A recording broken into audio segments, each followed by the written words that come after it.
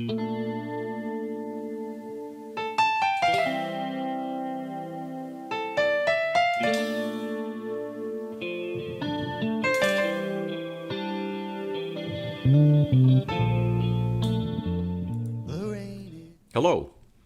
Welcome to part 1 of a new video series on best practice sterile technique for Foley catheter insertion. First, full disclosure, I'm not a professional filmmaker, but I did embrace a new hobby making music videos during my recent pandemic shelter-at-home months. I'm a retired teacher and a C6, C7 quadriplegic paralyzed from the chest down with no function in my fingers. I'll be 70 years old in the spring of 2021. I've lived a long and healthy life, primarily because I was sent to an old-school rehab center when I sustained a high spinal cord injury in 1975. Most of my paraplegic and quadriplegic peers never had the kind of training I had. Like me, they relied on catheters in order to relieve their bladders.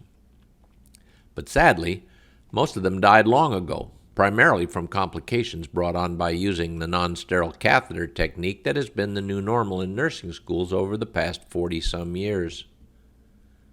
There have been great improvements in catheter insertion products for intermittent catheter users, folks who insert a new catheter each time they need to urinate. But for the rest of us who insert a new Foley indwelling catheter every 3 to 4 weeks, I haven't found any touchless insertion products. Most of us rely on others to help us every time a new Foley catheter is inserted. If our caregivers haven't learned real sterile technique, and they introduce new bacteria into our bladders each time, we experience 2 certain outcomes. 1, we begin experiencing UTI, urinary tract infection, within 48 hours. And 2, we steadily spiral up through the available antibiotics used to treat UTI. The 3rd and 4th outcomes are pretty much certain, too. We experience nearly continuous low-grade fevers, and we die years, even decades earlier. Privately and through home care services, I have hired and retrained over 100 LPNs and RNs in the past 44 years, and not one of them knew the clean side, dirty side sterile technique I was taught in rehab. Not even the RN whose day job was head nurse at a New York urology clinic. It all starts with understanding what a sterile field is and how caregivers put on their sterile gloves. I have watched dozens of well-meaning young nurses' YouTube videos teaching sterile technique, sterile glove handling, and not one of them created an actual sterile field, the most basic step in sterile catheter insertion. This video is a throwback to the days when every nurse was taught how to do that correctly. One of my latest trainees is a very dedicated registered nurse here in Florida. And before she begins demonstrating the difference between old-school sterile technique and the shorthand and short-sighted approach she was taught in school, I want to tell you about a young man from New York who recently suffered a high spinal cord injury like mine. Let's honor his privacy and call him Reggie. At the time of his injury, Reggie was transported by ambulance to one of the most prestigious hospitals in the New York City area. I have been a visitor there, and the facility is state-of-the-art. The staff is everything you could hope for, unless, like Reggie, you're destined to be a long-term Foley indwelling catheter user. Even before Reggie was stabilized and sent home where his mother is currently acting as his caregiver, he fought frequent urinary tract infections. He is nearly a continuous antibiotic user. During my first week in rehab, the lead nurse on my team said, "My job is to teach you self-defense against all the well-meaning doctors and nurses you'll meet when you go home. They have not been thoroughly trained to help you survive spinal cord injury long-term. They won't mean to kill you slowly, but if you let them, they will." Whether you're a nurse, a caregiver, a patient, or the parent of a patient, it costs you nothing to readjust your approach. Creating an actual sterile field, like a surgical nurse does when laying out a surgeon's instruments, takes little or no more time than being sloppy. Before Ashley demonstrates the old-school clean side, dirty side sterile technique for putting on sterile gloves, we want to emphasize several medical facts. First, A healthy person's bladder and urine are inherently sterile. In many cultures, one's own urine is actually used on cuts and scratches to prevent infection.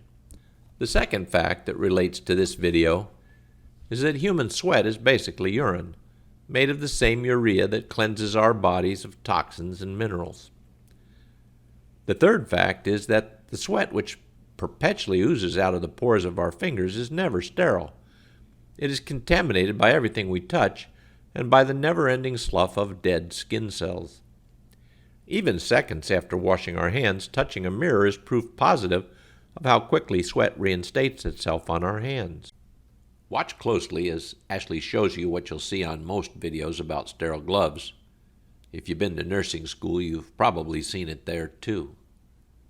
First, the second she places her thumbs on the sterile flaps, she violates the purpose of those flaps. Then, by flattening out the paper with her bare hands, well, if that doesn't gross you out, it should. When we pretend that contaminating the 2-inch border of a sterile field's clean side doesn't matter, or that the gloves will never touch any of those 90-plus square inches of invisible bacteria, we are deliberately gambling our comfortable fantasy against our patient's health.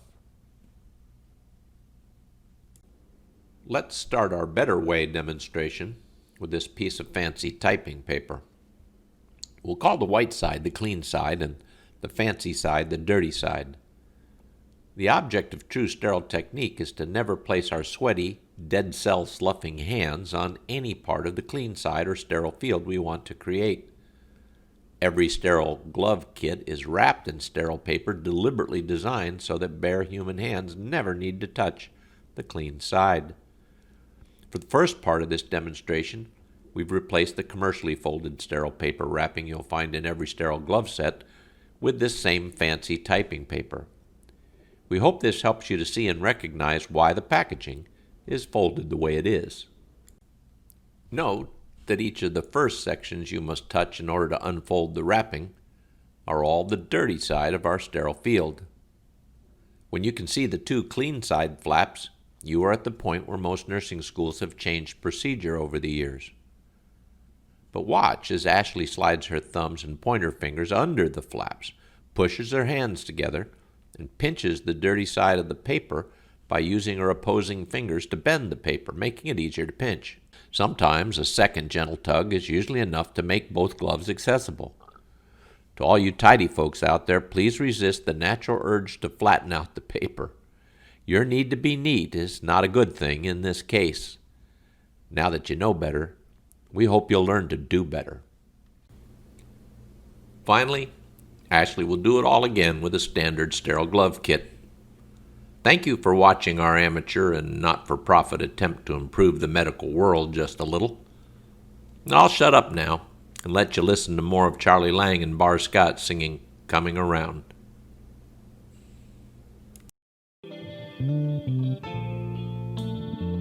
The rain is gone. My elbows on the sill, thinking right out loud. Where are you now?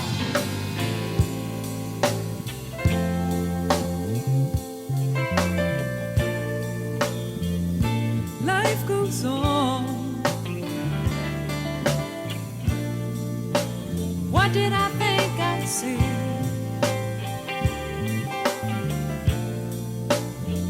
Horizons bright, but you're not here.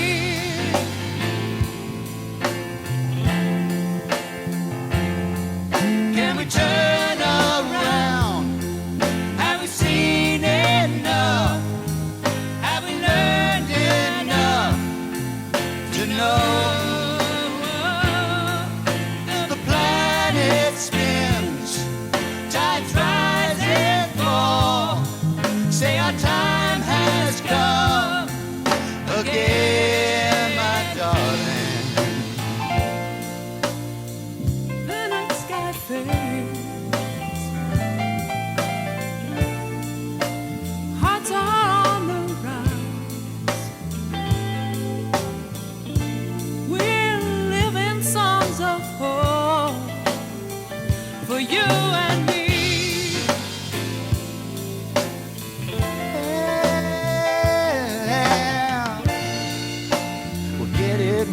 this time.